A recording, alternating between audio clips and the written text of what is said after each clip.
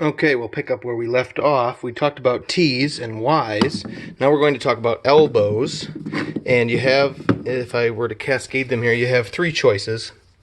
You have a vent elbow and an ordinary elbow and a long sweep elbow. And you can see that this is concise. If you're squeezed for space, you may be lured or tempted to solve the problem with a vent elbow. Vent elbow is designed for atmosphere only. So where we discuss this here, fluid is going to roll over and go down, and I'm going to come up for a vent. So right here is where we stop being drained necessarily, and this becomes vent.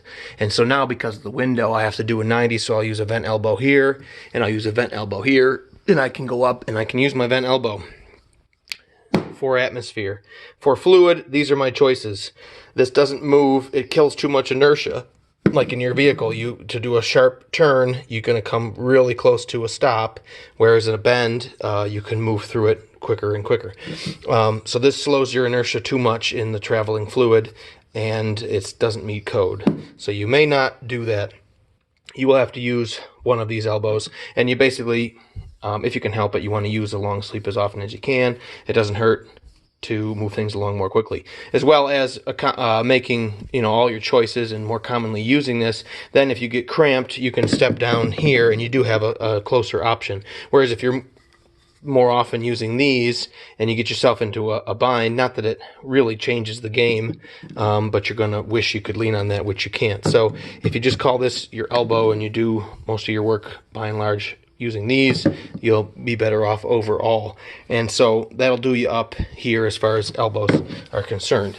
Now over here, same story. This is for the toilet. We'll discuss that, but when it comes to even larger sizes, especially with a toilet with a large size, moving material, coming from the washing machine and from the shower and the sink, there's no turds in a civilized household, let's hope, unless you have little kids maybe, but they still have to be stuffed through the drain, so they've been reduced. Anyway, you're flushing big turds in a toilet, you have a big diameter, and so I really like to see a large sweep T as opposed to a regular T, especially in that first big turn after the toilet. You want to try and use that. So that's another worthwhile piece of information there. As far as locating our toilet, we're doing a corner jobber, corner styly. And so he has a tank that's kind of triangular shaped and a tank top. And to be sure that the tank lid isn't touching the wall or too close to the wall, it can be taken off and back on again, and that everything's hunky-dory, you need to be from a raw. Your center line of your outlet needs to be 12 inches from your rough framing in this aspect and 12 inches from your rough framing in this aspect. And that 12 inches ended up being the cut that we made right down the center of this joist.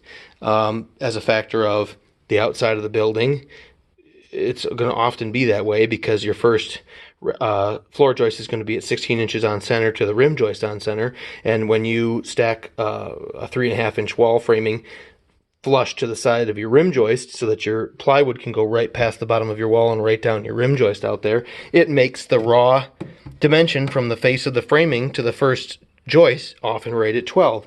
So in either way, even if the joist went this way, they're going to come right through the location of a corner toilet unless it's not on the outside corner of a building.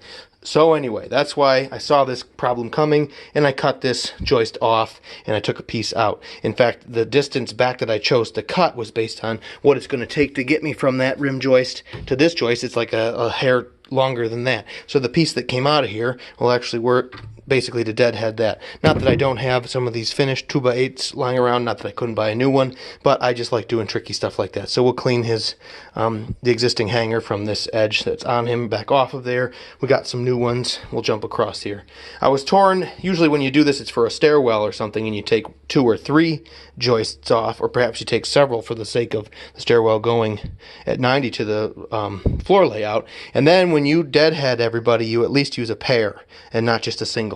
So I was inclined to buy hangers for a pair here and make, like I said, I have more of these. I'll just double it up and go across. That would probably be overdoing it, but that's the hangers I bought.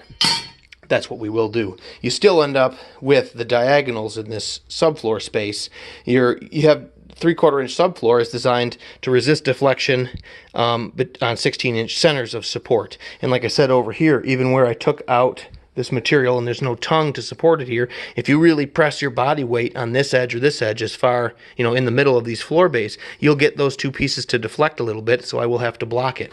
So for that same reason, when you come over here and you have the diagonals particularly, you have it's been compromised with this cut, it's been compromised with this hole, and your diagonals are coming up on 30 inches of span in that same 3/4 inch subfloor. Now it can get spongy, and it's unprofessional to have a spongy floor to begin with, but it can also play hell with ultra rigid things like the sole foot of the toilet intersecting with the floor, and your seal here is formed with a wax ring, and that normally works real well because your home shouldn't deflect or anything. So long story short, after we kill this, first we're going to plumb everything, and we're going to be sure that we have the room to deadhead so that we can reach through there, but then we can come through and put our deadhead little carrying beam in, and then we'll probably supplement him and probably go to either side of the stack, the vertical coming out of the bottom of the toilet. We'll go to either side of that and either tie in again like this or come through like that somehow to dice up that span again, and we'll block the edges, and this is going to be fortified. So while it's really open and easy breezy now for the sake of being able to plumb it, it will become more fortified before we button this up, and the last thing of course will be to cover it up with the subfloor. And here's another case of Y versus, despite the fact this is a reducing Y because you have a main leg and then you have a smaller size coming in, and this is a reducing sanitary T. Neither of these ports is bringing in more fluid, so I don't know technically if you can use a sanitary T like this just to jump into a vent. That's what I'm getting at here, is that this toilet system also needs to have a vent in here somewhere to pull atmosphere from. And your third choice would be a reducing T, which would be a straight shot at 4 and a straight vertical off at the desired smaller size. So the reducing T, reducing sanitary T, and a reducing Y here. I probably could get away with either of these because I'm just venting. I'm going to have to double check. Anyway, it's going to run over, and that will be vented on the existing vent that we tied in through the floor over here. And then I'll probably run a leg over and down and grab the shower and sink and kitchen sink and jump into that same. So we just have the two penetrations, the existing up there and the new one we discussed back here. So that'll be all right. We're going to more massaging once again. And finally, like we looked at from above and another angle on the ladder before when we were figuring this out, this is our little coffer area above the shower. Obviously drywall, drywall, drywall. And the beam is showing, and then we use 2x6s in here, so this is more like a coffer. So there'll be a surface of drywall up in here, and the beam will be seen, which I think is a component of this cabin style. You want to try and do that, in my opinion. I will probably use clear silicone on those seams. Probably pump it right up in there and just sweep it off with my finger, just to limit how much humidity permeate. It is sealed, but those are cracked, and it's certainly hasn't got polyurethane inside there, so I'll probably seal it. But the fan's right here, and it's not like an everyday, all day, twice a day, 3 or 4 people all day, every day taking showers down here, but that's easy enough to do. So this surface will be a little individual piece of drywall, and that's what I was talking about. I want the fan and the square light in it is even larger, and as you get larger, you get closer to the outside edges, and as you get closer to the outside edges, if this one was 2 inches and this was 7 or 8, it's just kind of hokey again. So we wanted to sort of be in the center of that, which I think we achieved. So that's that. And we got a range hood we're going to install, and then we'll kind of have all of our electrical equipment and outlet boxes and fixture boxes ready to pull wire. And we're going to continue to hammer away on the draining system here, and we've got the rest of today and tomorrow to try and get there.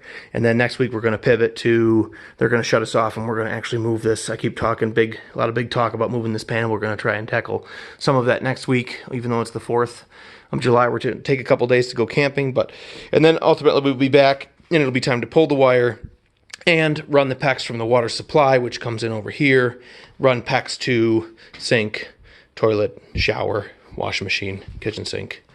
And we have an outside silcock. We have like a spigot that we're going to put in. It's a nice Made in America, freeze-proof, although that's not completely true. If your structure is also cold as a stone, the freeze-proof style silcock doesn't do its job. You still have to remember to shut water off and open it. And we have our pocket door system, another Made in America. That's Made in America.